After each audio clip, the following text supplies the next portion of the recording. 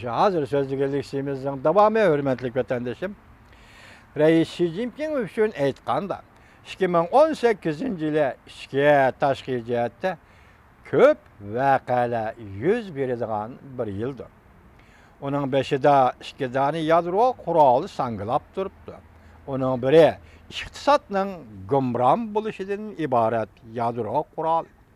Onun yana birisi Çavuşan yadro krizidan iborat. Uzundan biri Jungo iqtisodi ko'plab pul tepib, qul besib kechirala. Tarqitishga tayinib o'zini saqlab keldi. Intayin zo'r qarz patqiga petib kelib, o'zini tartib chiqara olmadi. Allaqachon meniski paytiga yetib keldi. Hatta banka boshlig'i Joshovchi ham bu nuqtani e'tirof qildi. Her xil alametler gösterdi ki, Jungo buran çapqın yetip geliş aldı turgan Jungo'dur. Fakat Qaraqağa kaçan uçup çıkıdı. Kişiler kütüp duruptu. Asman pelek qarz düğüsü, yemirilgen haman pul muamelik krizisi götürüldü. Götürülgen haman iqtisad gumra buldu. Cemiyet siyasi krizis ve ijtimai davalaş davriga kirib qoladi. Diplomatiya jihati Çavuşan yadro krizisi olimpik murosimi tufayli yumshab qolgan bo'lsa-mu, buni Kim Jong Unning vaqt yelisi, vaqtni qaydiga tortish yelisi deyish kerak. Yadro qurollari uningcha o'zini qo'g'dashning qurolidir. Şunu o yadro kurallardan herkes vazgeçmeydi. Yani Kim Jong-un.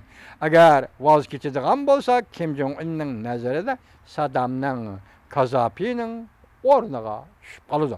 Kim Jong-un Jungo'ni tashlab etib, Amerika bilan bevos suhbatlashmoqchi bo'lyapti. Prezident Saudi bilan Jungo'ga besim, Prezident Trump Saudi bilan Jungo'ga besim ishlatib, Çavuşanni qoyil qilmoqchi, krizisni eritmekçi bulup Mundaqda Jungo'ni şahmat yana bir mat qiladigan bo'ladi. Jungo to'g'risi Çavuşanning parvoyi pelak. Xalqning kayfiyatini o'zliksiz o'rdatib, Jungo Çavuşanning 1000 yillik dushmanidir deydigan tashviqotni tarqatyapti.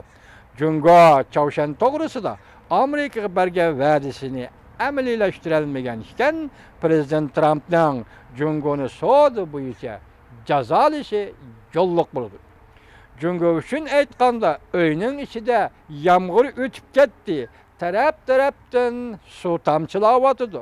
Dal Jungo'ning yetim qovurg'isiga hozir taraf-tarafdan mush tegiyotdi. Xi Jinping hozir ikki narsadan qo'rqadi. Uning biri urushdan qo'rqadi. Uning ikkinchisi iqtisodning gumron bo'lishidan qo'rqyapti. Jungo bilan Amerika o'tirisi intayin zo'r qizil raqam bor.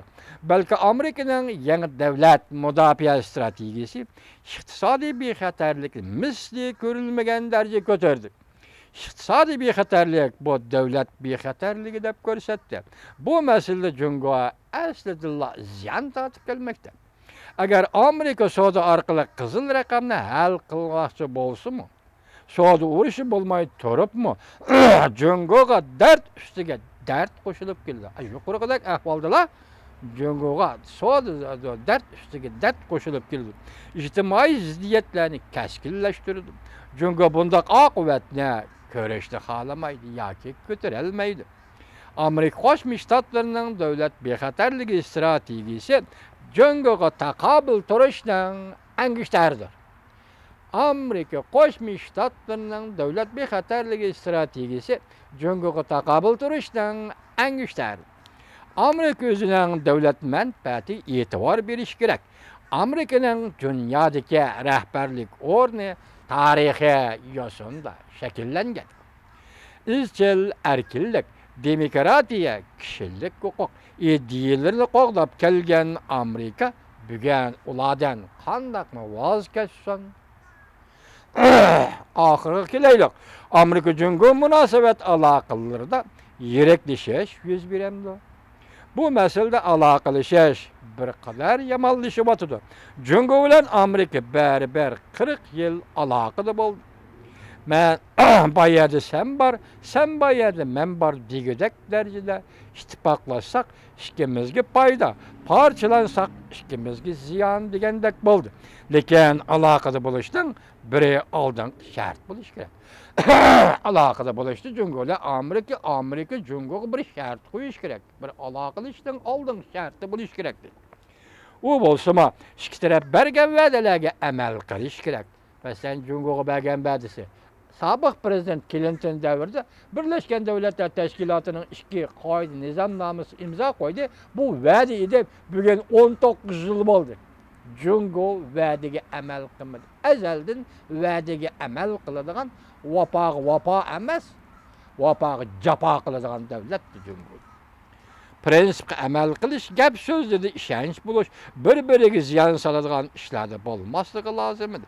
Bu albatta ikki taraf ishonchining asosidir. Agar Jungo dunyoda zo'rlik zo'mbuloq qiladigan bo'lsa, xalqaro kishilik prinsiplarga xiloflik qiladigan bo'lsa, Jungocha aloyillikni targ'ib tashviq qiladigan bo'lsa, xalqaro tartibni qalaymaqqonlashtirsa, Jungo Amerika munosabatining yiriklishi bu faqat vaqt masalasi, ilgirki yillik masalasidir. Ishonmasanglar, buningga ko'zinglarni surtib, ko'zinglarning chapig'ini elitib qarab turinglar. Kechiringlar vatandoshlarım, oxirida tahlil muhokama qilatdim. Hozir yomg'ir yog'ishga boshladi. Mushunda bu keyingi vaqtlarda 3-4 kunda bir uda yomg'ir yog'yotdi. Mushu leksiyamda so'zlab olganimga xo'sh bo'ldim. Hozir yomg'ir yog'yotdi. Men sizlarga muhokama qilib beramadim. Alloh xolsa kelar qatimqi leksiya qoldirdim. Kechiringlar vatandoshlarım. Alloh sizlarga yor bo'lsin.